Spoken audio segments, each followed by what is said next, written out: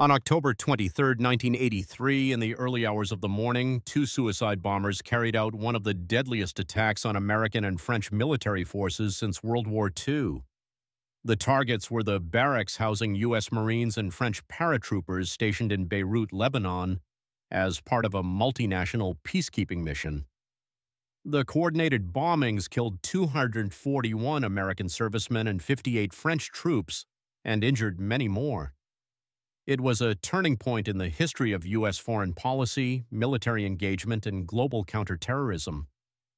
This series tells the story of that tragic day, its causes, its aftermath, and its lasting impact.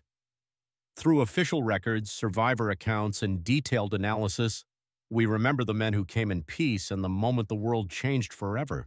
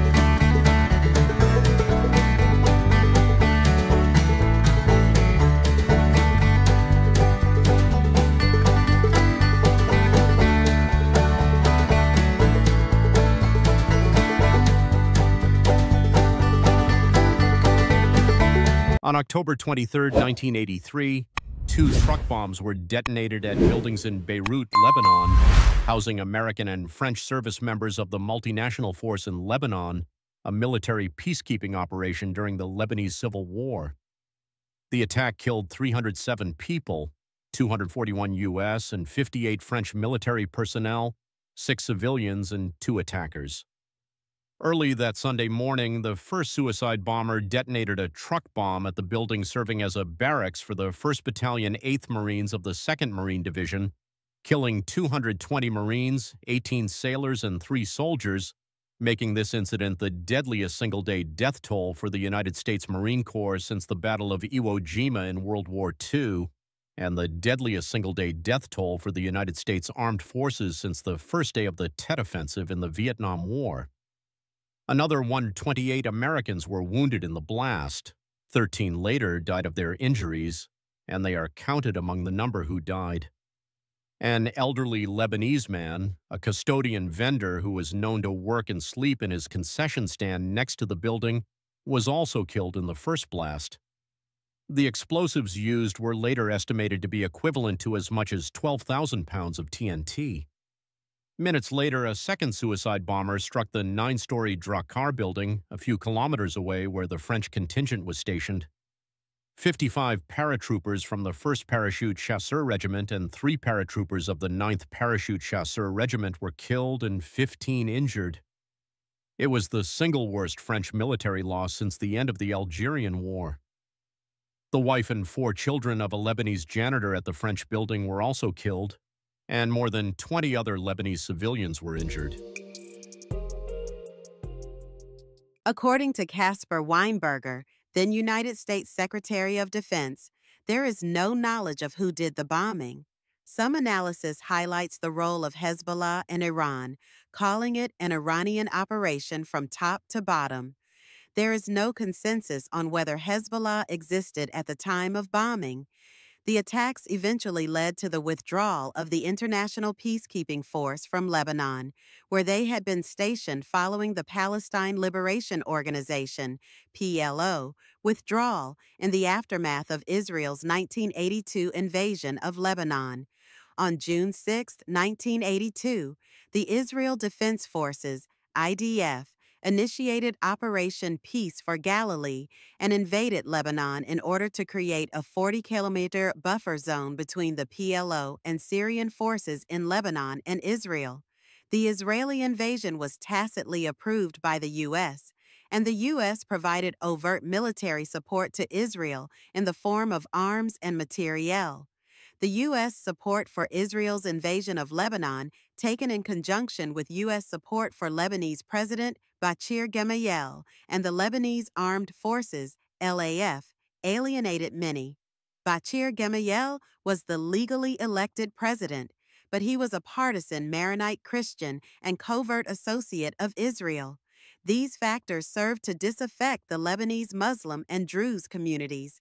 This animosity was made worse by the Phalangist, a right-wing, largely Maronite Lebanese militia force closely associated with President Gemayel.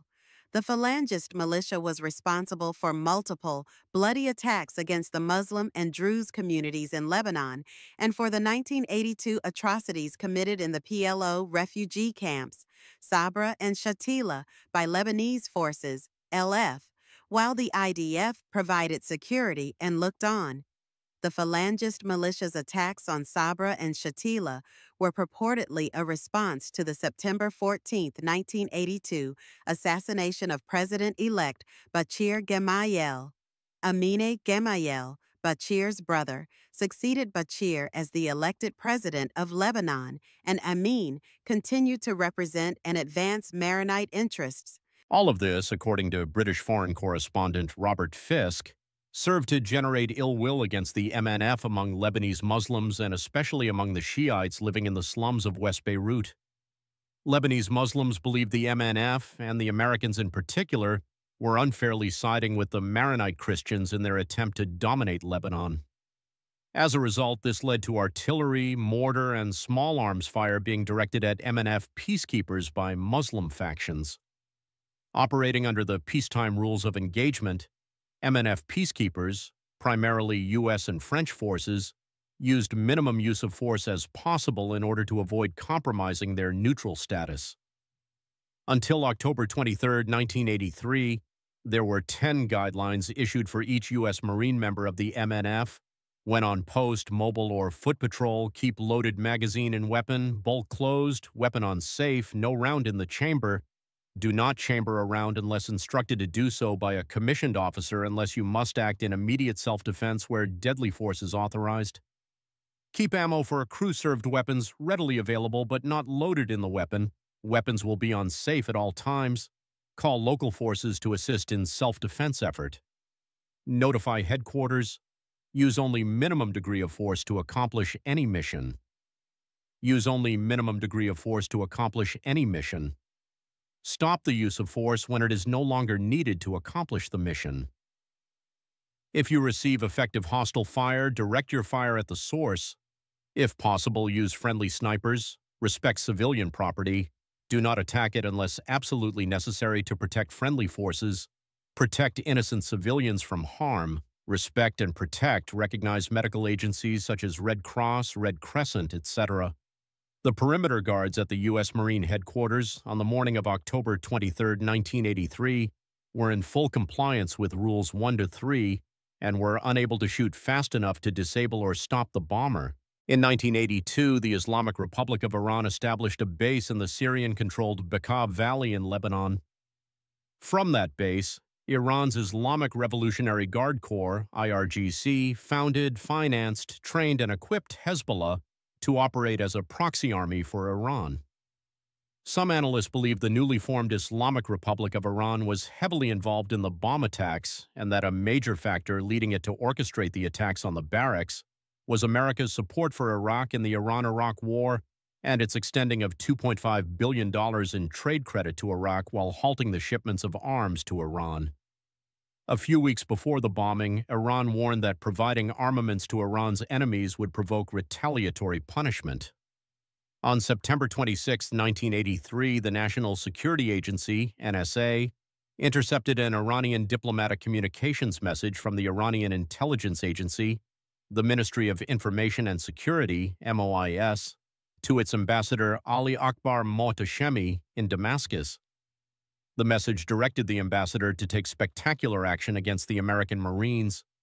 The intercepted message, dated September 26th, would not be passed to the Marines until October 26th, 3 days after the bombing.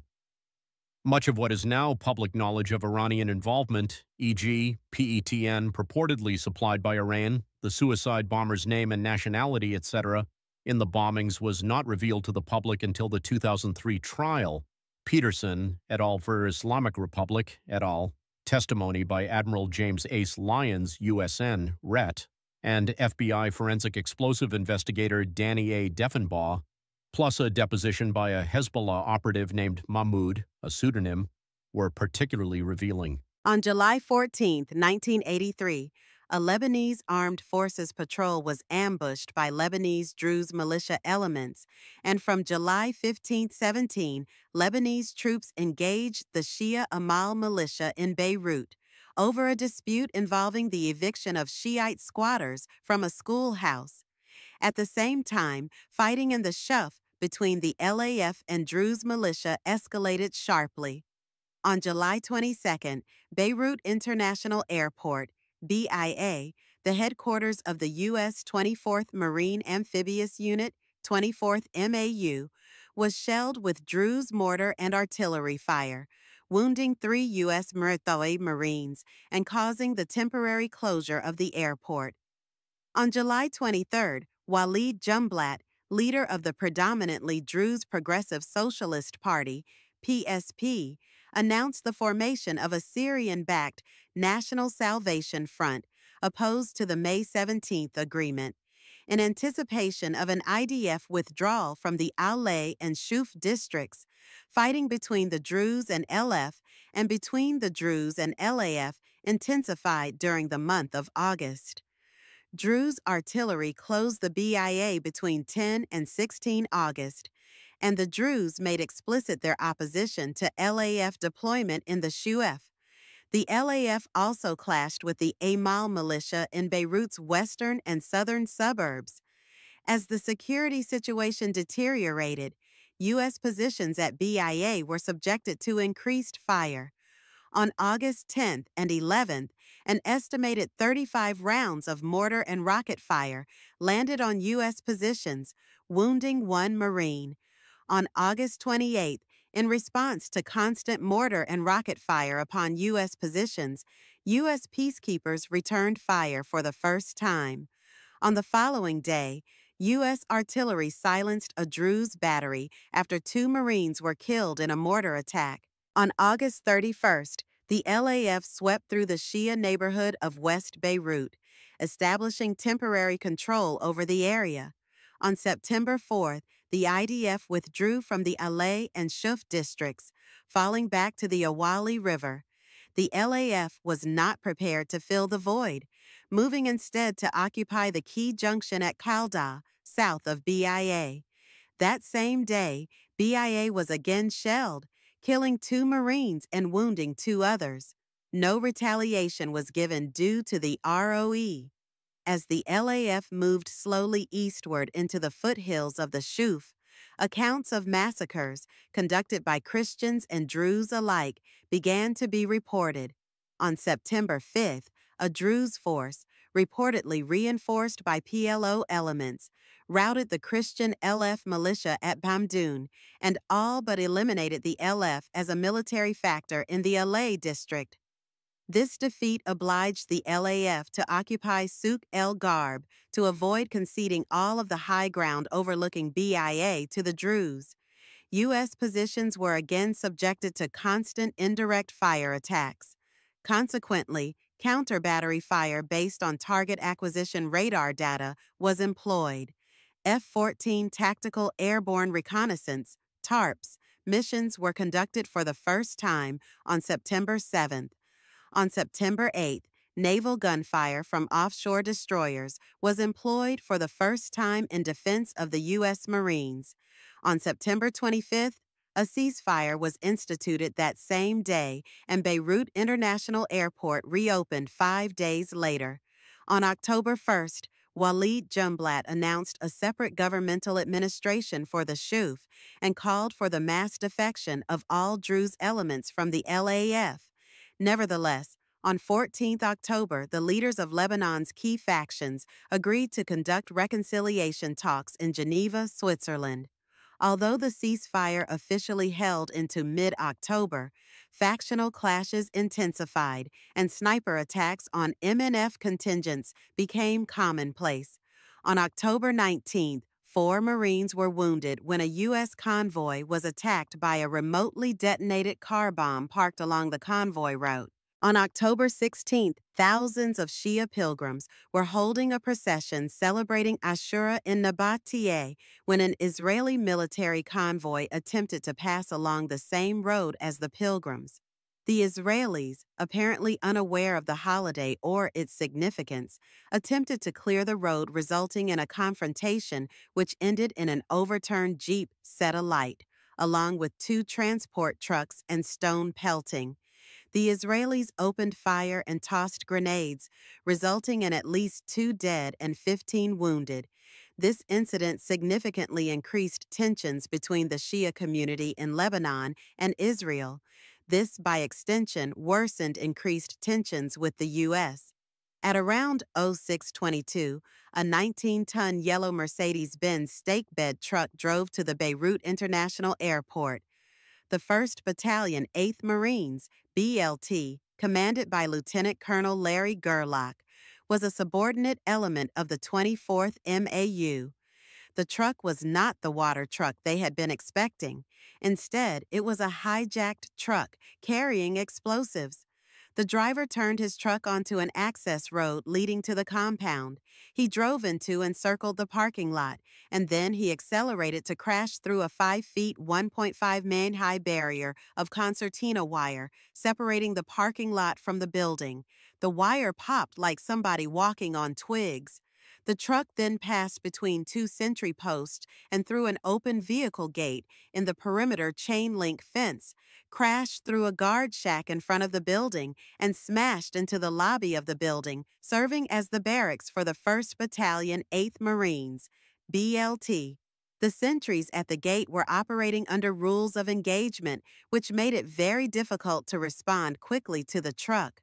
On the day of the bombing, the sentries were ordered to keep a loaded magazine inserted in their weapon, bolt closed, weapon on safe, and no round in the chamber. Only one sentry, LCPL Eddie DeFranco, was able to chamber a round.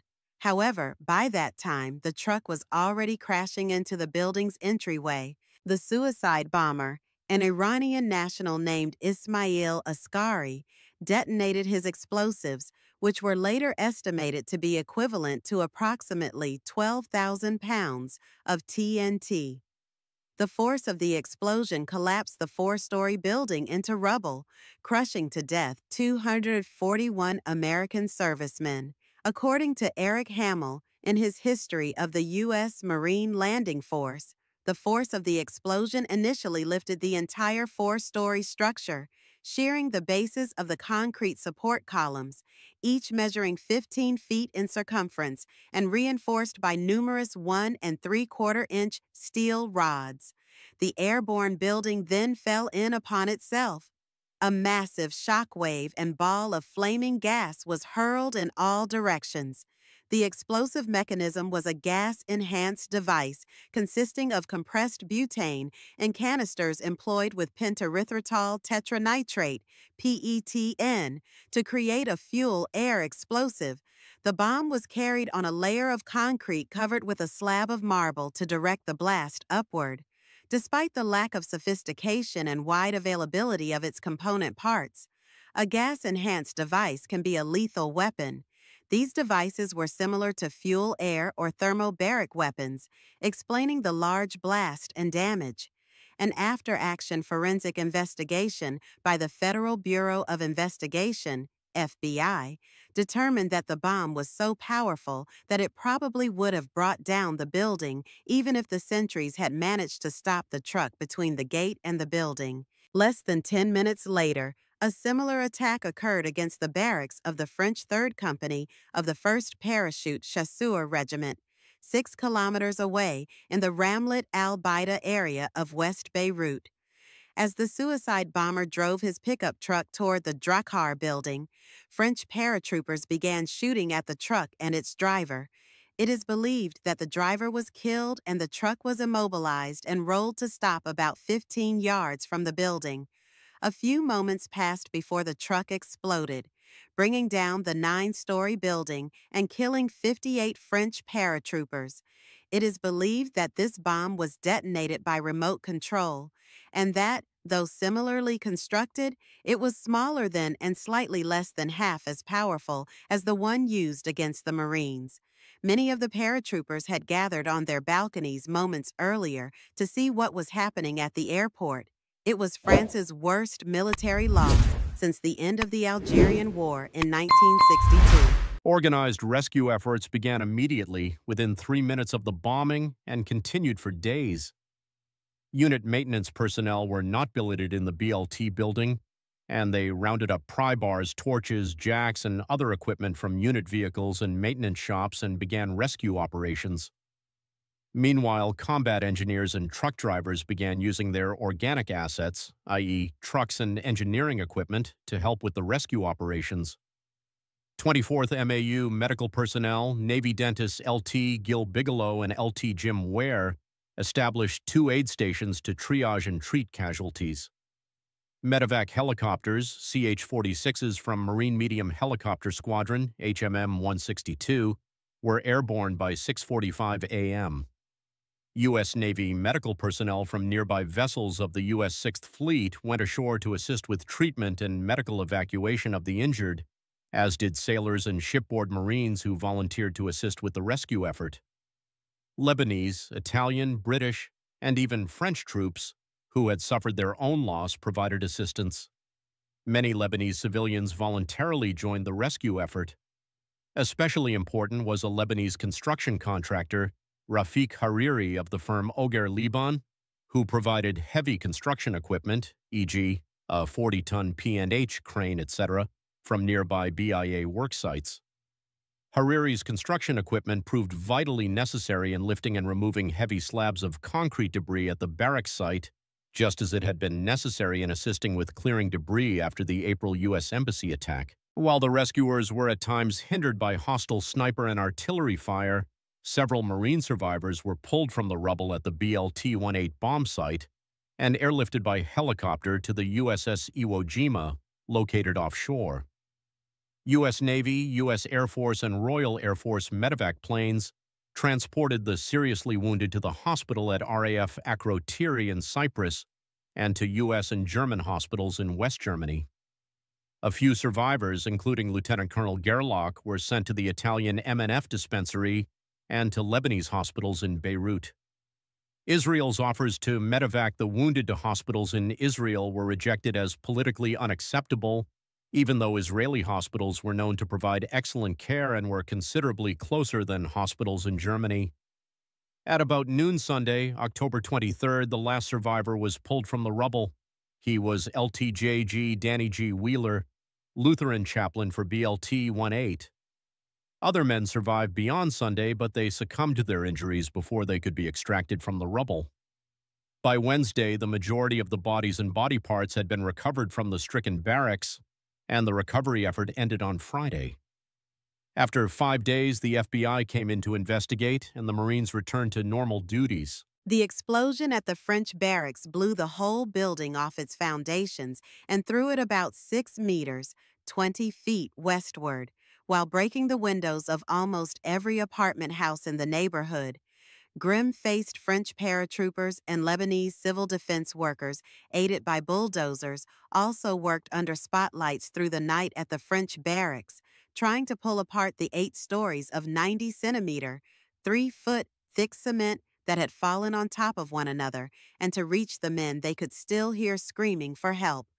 They regularly pumped oxygen into the mountain of rubble to keep those who were still trapped below alive. The explosions resulted in 346 casualties, of which 234, 68%, were killed immediately, with head injuries, thoracic injuries, and burns accounting for a large number of deaths. The New York Times printed a list of the identified casualties on October 26, 1983. Another list of those who survived the incident was published by the Department of Defense. The information had to be reprinted, as individuals were misidentified and family members were told incorrect statuses of their loved ones. U.S. President Ronald Reagan called the attack a despicable act and pledged to keep a military force in Lebanon. U.S. Defense Secretary Caspar Weinberger said there would be no change in the U.S.'s Lebanon policy. French President François Mitterrand declared, "We will stay." Vice President Bush said the U.S. would not be cowed by terrorists. In retaliation for the attacks, France launched an airstrike in the Bekaa Valley against alleged Islamic Revolutionary Guard Corps (IRGC) positions. President Reagan assembled his national security team and planned to target the Sheikh Abdullah Barracks in Baalbek, Lebanon, which housed Iran's Islamic Revolutionary Guard Corps (IRGC), believed to be training Hezbollah militants. A joint American-French air assault on the camp where the bombing was planned was also approved by Reagan and Mitterrand. U.S. Defense Secretary Weinberger lobbied successfully against the mission because at the time it was not certain that Iran was behind the attack.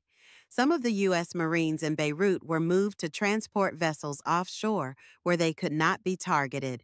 Yet, they would be ready and available to serve as a ready reaction force in Beirut if needed. For protection against snipers and artillery attacks, the Marines remaining at the airport built and moved into bunkers in the ground employing appropriated Soviet bloc connexes. Colonel Garrity requested and received reinforcements to replace his unit losses. BLT-26, the 2nd Marine Division Air Alert Battalion, stationed at Camp Lejeune, North Carolina, and commanded by Colonel Edwin C. Kelly, Jr., was dispatched and flown into Beirut by 4 C-141s in less than 36 hours after the bombing. Lieutenant Colonel Kelly officially replaced the seriously injured BLT-18 commander, Lieutenant Colonel Larry Gerlach. The entire headquarters and service company and weapons company of BLT-26 was airlifted into Beirut, along with Company E, reinforced. Lieutenant Colonel Kelly quietly redesignated his unit, BLT-26, as BLT-18 to help bolster the morale of the BLT-18 survivors. The BLT headquarters was relocated to a landfill area west of the airfield, and Company A, reinforced, was repositioned from the university library position to serve as landing force reserve afloat aboard amphibious ready group shipping. On November 18, 1983, the 22nd MAU rotated into Beirut and relieved in place the 24th MAU. The 24th MAU, with Lieutenant Colonel Kelly commanding BLT-18, returned to Camp Lejeune, NC, by sea for training and refitting. Eventually, it became evident that the U.S. would launch no serious and immediate retaliatory attack for the Beirut Marine Barracks bombing beyond naval barrages and airstrikes used to interdict continuous harassing fire from Druze and Syrian missile and artillery sites. A true retaliatory strike failed to materialize because there was a rift in White House counsel, largely between George P. Shultz of the Department of State and Weinberger of the Department of Defense, and because the extant evidence pointing at Iranian involvement was circumstantial at that time. The Islamic Jihad, which took credit for the attack, was a front for Hezbollah, which was acting as a proxy for Iran, affording Iran plausible deniability. Secretary of State Shultz was an advocate for retaliation, but Secretary of Defense Caspar Weinberger was against retaliation. Secretary of Defense Weinberger, in a September 2001 Frontline interview, reaffirmed that rift in White House counsel when he claimed that the U.S. still lacks actual knowledge of who did the bombing of the Marine barracks. In 1986, it was revealed that the U.S. knew in 1983 from intercepts that Iran was behind the Beirut bombings, killing 258 U.S. servicemen diplomats. Yet Reagan went ahead in the Iran-Contra affair. Colonel Garrity would be blamed for security lapses, but prior to the barracks bombings. In the following months, the U.S. force at the Beirut airport endured frequent shelling. Weinberger urged withdrawal of the MNF, but Reagan, with the support of the State Department and the NSC staff, left it in place. The USS New Jersey had arrived and taken up station off Beirut on September 25, 1983. Special Representative in the Middle East, Robert McFarland's team had requested New Jersey after the August 29th Druze mortar attack that killed 2 Marines. After the October 23rd bombing, on November 28th, the U.S. government announced that the New Jersey would remain stationed off Beirut, although her crew would be rotated. On December 14th, New Jersey fired 11 projectiles from her 16-inch guns at hostile targets near Beirut. This was the first time 16-inch shells were fired for effect anywhere in the world since the New Jersey ended her time on the gun line in Vietnam in 1969. Also, in December 1983, U.S. aircraft from the USS John F. Kennedy and USS Independence battle groups attacked Syrian targets in Lebanon, but this was ostensibly in response to Syrian missile attacks on American warplanes. In the meantime, the attack boosted the prestige and growth of the Shiite organization Hezbollah.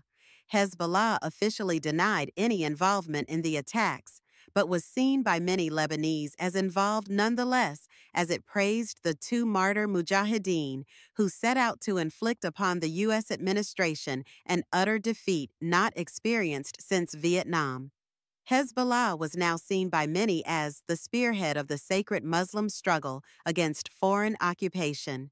The 1983 report of the U.S. Department of Defense Commissions on the attack recommended that the National Security Council investigate and consider alternative ways to reach American objectives in Lebanon because, as progress to diplomatic solutions slows, the security of the U.S. MNF base continues to deteriorate. The Commission also recommended a review for the development of a broader range of appropriate military, political, and diplomatic responses to terrorism. Military preparedness needed improvement in the development of doctrine, planning, organization, force structure, education, and training to better combat terrorism, while the USMNF was not prepared to deal with the terrorist threat at the time due to lack of training, staff, organization, and support specifically for defending against terror threats. Amal movement leader Nabi Berry, who had previously supported U.S. mediation efforts, asked the U.S. and France to leave Lebanon and accused the 2 countries of seeking to commit massacres against the Lebanese and of creating a climate of racism against Shias. Islamic Jihad phoned in new threats against the MNF, pledging that the earth would tremble unless the MNF withdrew by New Year's Day 1984. Fighting between the Lebanese army and Druze militia in the nearby Shauf Mountains provided a noisy backdrop to the Marine evacuation. One officer commented, "This ceasefire is getting louder." In a 9-hour period, the USS New Jersey fired 288 16-inch rounds, each one weighing as much as a Volkswagen Beetle. Many Lebanese still recall the flying Volkswagens, the name given to the huge shells that struck the chute. Following the lead of the U.S., the rest of the multinational force, the British, French, and Italians, was withdrawn by the end of February 1984. The shipborne 22nd MAU contingent remained stationed offshore near Beirut, while a detached 100-man Ready Reaction Force remained stationed ashore near the U.S.-UK Embassy. The 22nd MAU was relieved in place by the 24th MAU on April 10, 1984. On April 21st, the Ready Reaction Force in Beirut was deactivated and its men were reassigned to their respective ships. In late July 1984, the last Marines from the 24th MAU, the U.S.-UK Embassy Guard Detail, was withdrawn from Beirut. Although the withdrawal of U.S. and French peacekeepers from Lebanon following the bombings has been widely cited as demonstrative of the efficacy of terrorism, Max Abrams observes that the bombings targeted military personnel and as such are not consistent with the most widely accepted attempts to define terrorism, which emphasize deliberate violence against civilians. A 2019 study disputes that the bombings motivated the withdrawal of U.S. forces, arguing instead that the collapse of the Lebanese National Army in February 1984 was the primary motivating factor behind the withdrawal. At the time of the bombing, an obscure group called the Islamic Jihad claimed responsibility for the attack. There were many in the U.S. government, such as Vice President Bush, Secretary of State George Shultz, and National Security Advisor Robert McFarlane, who was formerly Reagan's Mideast envoy, who believed Iran and/or Syria was responsible for the bombings. After some years of investigation, the U.S. government now believes that elements of what would eventually become Hezbollah, backed by Iran and Syria, were responsible for these bombings, as well as the bombing of the U.S. Embassy in Beirut earlier in April. It is believed that Hezbollah used the name Islamic Jihad to remain anonymous. Hezbollah eventually announced its existence in 1985. This is while, according to President Reagan's Secretary of Defense Caspar Weinberger, we still do not have the actual knowledge of who did the bombing of the Marine barracks at the Beirut airport, and we certainly didn't then. Weinberger mentions lack of certainty about Syria or Iran's involvement as the reason why America did not take any retaliatory actions against those states. Hezbollah, Iran, and Syria have continued to deny any involvement in any of the bombings. An Iranian group erected a monument in a cemetery in Tehran to commemorate the 1983 bombings and its martyrs in 2004. Lebanese author Hala Jaber claims that Iran and Syria helped organize the bombing, which was run by two Lebanese Shia, Imad Mughniya and Mustafa Badreddin. Imad Mughniya and Mustafa Badr al-Din took charge of the Syrian-Iranian-backed operation. Mughniya had been a highly trained security man with the PLO's Force 17. Their mission was to gather information and details about the American embassy and draw up a plan that would guarantee the maximum impact and leave no trace of the perpetrator. Meetings were held at the Iranian embassy in Damascus. They were usually chaired by the ambassador, Hojatollah Islam Ali Akbar Mohtashemi, who played an instrumental role in founding Hezbollah. In consultation with several senior Syrian intelligence officers, the final plan was set in motion. The vehicle and explosives were prepared in the Bekaa Valley, which was under Syrian control. 2 years after the bombing, a U.S. grand jury secretly indicted Imad Mughniya for terrorist activities. Mughniya was never captured, but he was killed by a car bomb in Syria on February 12, 2008. Commentators argue that the lack of a response by the Americans emboldened terrorist organizations to conduct further attacks against U.S. targets. Along with the U.S. Embassy bombing, the Barracks bombing prompted the Inman Report, a review of the security of U.S. facilities overseas for the U.S. State Department. On October 10, 2017, the U.S. State Department added Fuad Shukr to its Rewards for Justice program, stating that he played a central role in the bombings. Shukr was killed in an Israeli airstrike in Beirut on July 30, 2024. Both assassinations took place amid the Israel-Hezbollah conflict of 2023 to 2024. Main article, 1985 Beirut car bombings. On March 8, 1985, a truck bomb blew up in Beirut, killing more than 80 people and injuring more than 200. The bomb detonated near the apartment block of Sheikh Mohammed Hussein Fatlallah, a Shia cleric thought by many to be the spiritual leader of Hezbollah.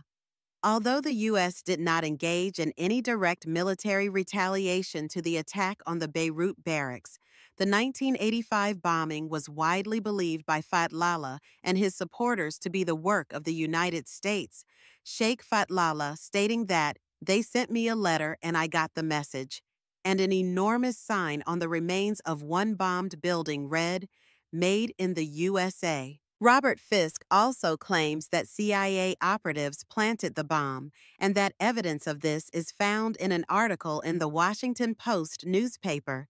Journalist Robin Wright quotes articles in the Washington Post and the New York Times as saying that according to the CIA, the Lebanese intelligence personnel and other foreigners had been undergoing CIA training, but that this was not our CIA operation and it was nothing we planned or knew about. Alarmed U.S. officials subsequently canceled the covert training operation in Lebanon, according to Wright. Shortly after the Barracks bombing, President Ronald Reagan appointed a military fact-finding committee headed by retired Admiral Robert L. J. Long to investigate the bombing. The commission's report found senior military officials responsible for security lapses and blamed the military chain of command for the disaster. It suggested that there might have been many fewer deaths if the barracks guards had carried loaded weapons and a barrier more substantial than the barbed wire the bomber drove over easily. The commission also noted that the prevalent view among U.S. commanders was that there was a direct link between the Navy shelling of the Muslims at Souk al-Garb and the truck bomb attack. Following the bombing and the realization that insurgents could deliver weapons of enormous yield with an ordinary truck or van, the presence of protective barriers, bollards, became common around critical government facilities in the United States and elsewhere, particularly Western civic targets situated overseas. A 2009 article in Foreign Policy titled "Lesson Unlearned" argues that the U.S. military intervention in the Lebanese Civil War has been downplayed or ignored in popular history, thus unlearned, and that lessons from Lebanon are unlearned as the U.S. militarily intervenes elsewhere in the world. Further information: Iran and state-sponsored terrorism and terrorism in Iran. On October 3 and December 28, 2001, the families of the 241 U.S. peacekeepers who were killed as well as several injured survivors filed civil suits against the Islamic Republic of Iran and the Ministry of Information and Security, MOIS, in the U.S. District Court for the District of Columbia. In their separate complaints, the families and survivors sought a judgment that Iran was responsible for the attack and relief in the form of damages, compensatory and punitive, for wrongful death and common law claims for battery, assault, and intentional infliction of emotional distress resulting from an act of state-sponsored terrorism. Iran, the defendant, was served with the two complaints, one from Deborah D. Peterson, personal representative of the estate of James C. Knipple et al., the other from Joseph and Marie Boulos, personal representatives of the estate of Jeffrey Joseph Boulos, on May 6 and July 17, 2002. Iran denied responsibility for the attack but did not file any response to the claims of the families. On December 18, 2002, Judge Royce C. Lamberth entered defaults against defendants in both cases. On May 30, 2003, Lamberth found Iran legally responsible for providing Hezbollah with financial and logistical support that helped them carry out the attack. Lamberth concluded that the court had personal jurisdiction over the defendants under the Foreign Sovereign Immunities Act, that Hezbollah was formed under the auspices of the Iranian government and was completely reliant on Iran in 1983, and that Hezbollah carried out the attack in conjunction with MOIS agents. On September 7, 2007, Lamberth awarded $2,156,948,877 to the plaintiffs. The judgment was divided up among the victims. The largest award was $12 million to Larry Gerlach, who became a paraplegic as a result of a broken neck he suffered in the attack. The message directed the Iranian ambassador to contact Hussein Musawi, the leader of the terrorist group Islamic Amal, and to instruct him to take a spectacular action against the United States Marines. Musawi's Islamic Amal was a breakaway faction of the Amal movement and an autonomous part of embryonic Hezbollah. According to Mohammad Sahimi, high-ranking U.S. officials had a different interpretation from that intercept, which stopped them from ordering a revengeful attack against Iran. In July 2012, federal judge Royce Lamberth ordered Iran to pay more than $813 in damages and interest to the families of the 241 U.S. peacekeepers that were killed, writing in a ruling that Tehran had to be punished to the fullest extent legally possible. Iran is racking up quite a bill from its sponsorship of terrorism. In April 2016, the U.S. Supreme Court ruled that frozen assets of Iran's central bank held in the U.S. could be used to pay the compensation to families of the victims. Former Mossad agent Viktor Ostrovsky, in his 1990 book By Way of Deception, has accused the Mossad of knowing the specific time and location of the bombing, but only gave general information to the Americans of the attack, information which was worthless. According to Ostrovsky, Then Mossad head Nahim Admoni decided against giving the specific details to the Americans on the grounds that the Mossad's responsibility was to protect Israel's interests, not Americans.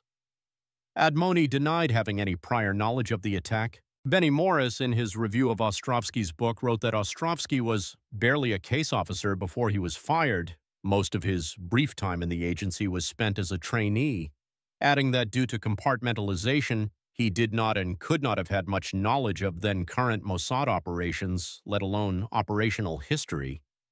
Benny Morris wrote that the claim regarding the barracks was odd, and an example of one of Ostrovsky's wet stories, which were mostly fabricated. A Beirut memorial has been established at Marine Corps Base Camp Lejeune and has been used as the site of annual memorial services for the victims of the attack. A Beirut memorial room at the USO in Jacksonville, North Carolina has also been created. The Armed Forces Chaplaincy Center, the site of chaplain corps training for the U.S. Army, Navy, and Air Force at Fort Jackson, Columbia, South Carolina, includes the partially destroyed sign from the Beirut Barracks Chapel as a memorial to those who died in the attack. According to Rabbi Arnold Resnikoff, one of the Navy chaplains present during the attack, amidst the rubble we found the plywood board which we had made for our peacekeeping chapel. The chaplain corps seal had been hand-painted with the words peacekeeping above it and chapel beneath. Now peacekeeping was legible, but the bottom of the plaque was destroyed, with only a few burned and splintered pieces of wood remaining. The idea of peace above, the reality of war below.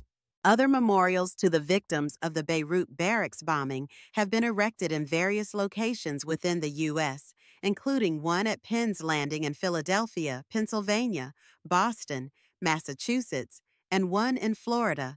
A Lebanese cedar has been planted in Arlington National Cemetery near the graves of some of the victims of the attack, in their memory.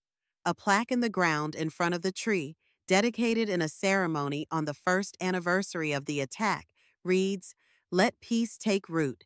This cedar of Lebanon tree grows in living memory of the Americans killed in the Beirut terrorist attack and all victims of terrorism around the world." The National Museum of the Marine Corps in Quantico, Virginia, unveiled an exhibit in 2008 in memory of the attack and its victims. One memorial to the attack is located outside the U.S., where Gila Gerzon, the director of the Haifa, Israel USO, during the time of the attack coordinated the creation of a memorial park that included 241 olive trees, one for each of the U.S. military personnel who died in the attack. The trees lead to an overpass on Mount Carmel looking toward Beirut. In 2004, it was reported that an Iranian group called the Committee for the Commemoration of Martyrs of the Global Islamic Campaign had erected a monument at the Behesht-e Zahra Cemetery in Tehran to commemorate the 1983 bombings and its martyrs. There is also an ongoing effort on the part of Beirut veterans and family members to convince the U.S. Postal Service and Citizens Stamp Advisory Committee to create a stamp in memory of the victims of the attack, but the recommendation has not yet been approved. In the meantime, Beirut veterans have created a PC postage commercially produced Beirut Memorial Statue private vendor stamp with or without the words, "They came in peace," that is approved for use as postage by the U.S. Postal Service. Author and former Navy SEAL Jack Carr published a book about the 1983 bombings entitled Targeted in late 2024. In 2004, it was reported that an Iranian group called the Committee for the Commemoration of Martyrs of the Global Islamic Campaign had erected a monument at the Behesht-e Zahra Cemetery in Tehran to commemorate the 1983 bombings and its martyrs. There is also an ongoing effort on the part of Beirut veterans and family members to convince the U.S. Postal Service and Citizens Stamp Advisory Committee to create a stamp in memory of the victims of the attack, but the recommendation has not yet been approved. 241. American servicemen and 58 French paratroopers lost their lives in the Beirut barracks bombing of 1983. It was one of the most tragic and defining moments in U.S. military history. Their sacrifice reshaped how we understand peacekeeping, diplomacy, and national security. This attack served as a stark reminder of the vulnerabilities faced by forces serving abroad and exposed the rising threat of state-sponsored terrorism. The stories of those who served, those who were lost, and those who survived continue to echo through the halls of military institutions and memorials around the world. Let us remember their courage, let us honor their commitment, and let us carry forward the lessons written in blood and bravery so that peace is never mistaken for weakness and sacrifice is never forgotten. They came in peace. We remember them in honor. If you found this video meaningful, please consider subscribing to the channel, giving it a like, leaving a comment, and turning on notifications so you don't miss future content dedicated to remembrance and history.